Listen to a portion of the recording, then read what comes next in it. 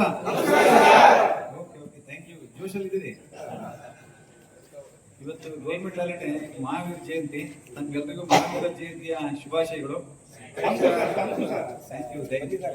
ಮೊದಲು ಪ್ರಾರಂಭ ಆಗ್ಬೇಕಾದ್ರೆ ಹೇಳಿದ್ವಿ, ಏನಂತ ಹೇಳಿದ್ರೆ ಒಳ್ಳೆಯ ಕೆಲಸಕ್ಕೆ ಉಪಯೋಗ ಮಾಡಿ, ಅದನ್ನ ಸದ್ಬಳಕೆ ಮಾಡ್ಕೊಡಿ. ಮತ್ತೆ ಯಾವುದೇ ಕಾರಣಕ್ಕೂ ಸಿಟ್ಟು ಬಂದಾಗ ವೆಪನ್ ತಗೊಳ್ಳೋದು ಬೇಡ. ಯಾವುದೇ ಕಾರಣಕ್ಕೂ ಸಿಟ್ಟು ಬಂದಾಗ ವೆಪನ್ ಎತ್ಕೊಡ್ತಕ್ಕಂಥದ್ದು ಬೇಡ. ನಿಮ್ಮ ಹಿಡಿತದಲ್ಲಿ ಇರಲಿ. ಇದರಿಂದ ಪೊಲೀಸ್ ಇಲಾಖೆಗೆ ನಾವು ನಿಮ್ಗೆ ತರಬೇತಿ ಕೊಟ್ಟಿದ್ದೀವಿ. ನಮಗೂ ಒಳ್ಳೆ ಹೆಸರು ಬರಬೇಕು. ಒಳ್ಳೆ ಹೆಸರು ಅಂತ ಹೇಳಿದ್ರೆ ನೀವು ಒಳ್ಳೆ ತಂದಿದ್ರೆ ನಮ್ಗೆ ಅಷ್ಟೇ ಸಾಕು. ಅದರಿಂದ ನಿಮ್ಗೇನು ತೊಂದರೆ ಆಗಲಿಲ್ಲ ಅಂದ್ರೆ ನಮ್ಗೆ ಅದೇ ಸಂತೋಷ ಆಗುತ್ತೆ. ನಾವು ತರಬೇತಿ ಕೊಟ್ಟಿದ್ದಕ್ಕೂ ನಮಗೂ ಕೂಡ ಸಾರ್ಥಕ ಆಗ್ತದೆ. ಮುಂದಿನ ದಿನಗಳಲ್ಲೂ ಕೂಡ ನಿಮಗೆ ಏನು ತರಬೇತಿ ಕೊಡ್ಕೊಂಡಿದ್ರಿ ಅದು ಬೇರೆ ವಿಚಾರ. ಆದ್ರೆ ವಿಚಾರ ತಿಳಿಸ್ತಕ್ಕಂಥದ್ದು ಬಹಳಷ್ಟು ಇರ್ತವೆ.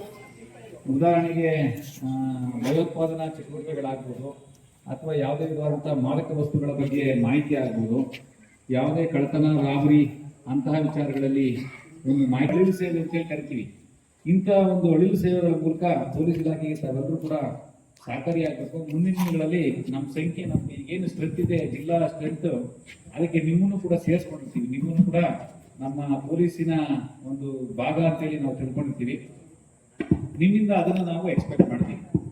ಮುಂದಿನ ದಿನಗಳಲ್ಲಿ ಯಾವುದೇ ಒಂದು ಕಾನೂನು ಮತ್ತು ಸುವ್ಯವಸ್ಥೆ, ಉದಾಹರಣೆಗೆ ಎಲ್ಲೋ ಏನೋ ಒಂದು ಕಡೆ ಗಲಾಟೆ ಆಗ್ತಾ ಇರುತ್ತೆ, ಅದು ಯಾರಿಗೂ ಹೊರಗಡೆ ಬರ್ತಾ ಇರಲ್ಲ, ಸುಮ್ಮನೆ ಈ ಹೊಗೆಯಾಡೋದು ಅಂತಾರಲ್ಲ, ಹಂಗೆ ಹೊಗೆಯಾಡ್ತಾ ಇರ್ತದೆ. ಅಂತ ವಿಚಾರ ನಿಮ್ ಗಮನಕ್ಕೆ ಬಂದಾಗ ಯಾರಿಗಾದ್ರೂ ಜ್ಯೂರಿಸ್ಡಿಕ್ಷನ್ ಠಾಣಾಧಿಕಾರಿಗಳಿಗಾಗ್ಲಿ, ಅಥವಾ SP ಮೇಡಮ್ ಅವ್ರಿಗಾಗ್ಲಿ, ಅಥವಾ ನಮಗಾಗ್ಲಿ, ಅಥವಾ ಅಲ್ಲಿ ಪಾಸ್ ಆಗ್ತದೆ, ಆ ಸಂದರ್ಭದಲ್ಲಿ ಏನೋ ಒಂದು ಇಲ್ಲಿ ಸ್ವಲ್ಪ ಸಣ್ಣದಾಗಿ ಒಂದು ಸಮಸ್ಯೆ ಕಾಣ್ತಾ ಇದೆ, ಚೂರು ನೋಡ್ಸಿ ಸರ್ ಅಂದ್ರೆ ನಾವು ಅಲರ್ಟ್ ಆಗ್ಬಿಡ್ತೀವಿ. ಅದೇ ರೀತಿ ಈಗ ಏನಾಗಿದೆ, ಈಗ ಚಿನ್ನದ ಇವರಿಗೆ ಹೆಣ್ಮಕ್ಳನ್ನ ಟಾರ್ಗೆಟ್ ಮಾಡಿಕೊಂಡು ಅವರ ಒಳಗಿರ್ತಕ್ಕಂಥ ಚಿನ್ನ ಈಗ ಸಾಮಾನ್ಯವಾಗಿ ಎಲ್ಲ ಕಡೆ ಕಂಡುಬರ್ತಾ ಇದೆ. ನಾನು ವಂದನೆಗಳನ್ನ ಸಲ್ಲಿಸ್ತೇನೆ. ತರಬೇತಿಯ ಹಂತಗಳನ್ನ ವಿಭಿನ್ನವಾಗಿ ರಕ್ಷಣಾತ್ಮಕವಾಗಿ ಯಾವ ರೀತಿ ಬಂದೂಕುಗಳನ್ನ, ಆಧಾರಗಳನ್ನ ನಿಜವಾಗ್ಲೂ ಕೂಡ ಅತ್ಯಂತ ಪ್ರಾಮಾಣಿಕವಾಗಿ ನಮಗೆ ತರಬೇತಿಯನ್ನು ಕೊಟ್ಟಿದ್ದಾರೆ. ಇವತ್ತು ಅಂತಿಮ ದಿನ. ಇದು ನಿನ್ನೆ ಕಾರ್ಯಕ್ರಮ ಆಯೋಜನೆ ಆಗಿತ್ತು. ಮೊನ್ನೆ ದಿನ ವೈಟ್ ಕಾರ್ಯಕ್ರಮ. ಈ ಒಂದು ಅಧ್ಯಕ್ಷತೆಯನ್ನು ವಹಿಸಬೇಕಂತ ಮನವಿ ಮಾಡಿಕೊಂಡು, ಸುಜಗವಂದಿತನೆ ಆಗಣಿತ ಗುಣಗಳ ಗಜವದನ ಬೇಡುವೆ ಬೇಡುವೆ ಲಂಬೋದರನೆ ಅಂಬಾ. ನನ್ನ ಸ್ವಾಗತ ಭಾಷಣ ಪ್ರಾರಂಭ ಮಾಡ್ತಾ ಇದ್ದೀನಿ. ಮೊದಲನೇದಾಗಿ ಈ ಕಾರ್ಯಕ್ರಮಕ್ಕೆ ಹಲವಾರು ಕರ್ತವ್ಯದ ಒತ್ತಡದ ನಡುವೆಯೂ ಆಗಮಿಸಿ ನಮ್ಮೆಲ್ಲ ಶಿಬಿರಾರ್ಥಿಗಳಿಗೆ ಶುಭ ಹಾರೈಸಬೇಕು ಅಂತ ಕೋರ್ಕೊಂಡಾಗ, ನಮ್ಮ ಜಿಲ್ಲಾ ವರಿಷ್ಠಾಧಿಕಾರಿಗಳಾದ ಶ್ರೀಮತಿ ಡಾಕ್ಟರ್ ಶೋಭಾರಾಣಿ ಮೇಡಮ್ ಅವರು ಮನಸಾರೆ ಒಪ್ಪಿ ಬಂದಿದ್ದಾರೆ. ಅವರಿಗೆ ನಮ್ಮ ಶಿಬಿರಾರ್ಥಿಗಳ ಪರವಾಗಿ ಹಾಗೂ DARನ ಎಲ್ಲ ಸಿಬ್ಬಂದಿಗಳ ಪರವಾಗಿ ಸ್ವಾಗತವನ್ನು.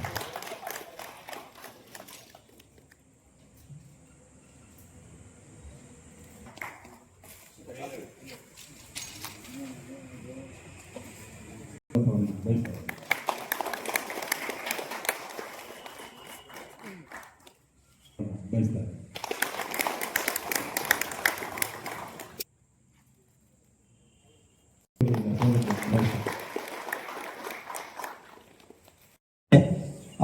ಪೊಸಿಷನ್ಗಳು, ಅದು ಸ್ಟ್ಯಾಂಡಿಂಗ್ ಪೊಸಿಷನ್, ಲೀಡಿಂಗ್ ಪೊಸಿಷನ್ ಮತ್ತು ಲೈನ್ ಪೊಸಿಷನ್ಗಳು ಯಾವ ರೀತಿಯಲ್ಲಿ ನಾವು ಅದನ್ನು ಹೇಗೆ ಮಾಡಿ ಫೈರ್ ಮಾಡಬೇಕು ಟಾರ್ಗೆಟ್ ಅನ್ನೋದ್ರ ಬಗ್ಗೆ ಕೂಡ ಅವರಿಗೆ ಮನವರಿಕೆ ಮಾಡಿಕೊಟ್ಟಿದ್ದೇವೆ.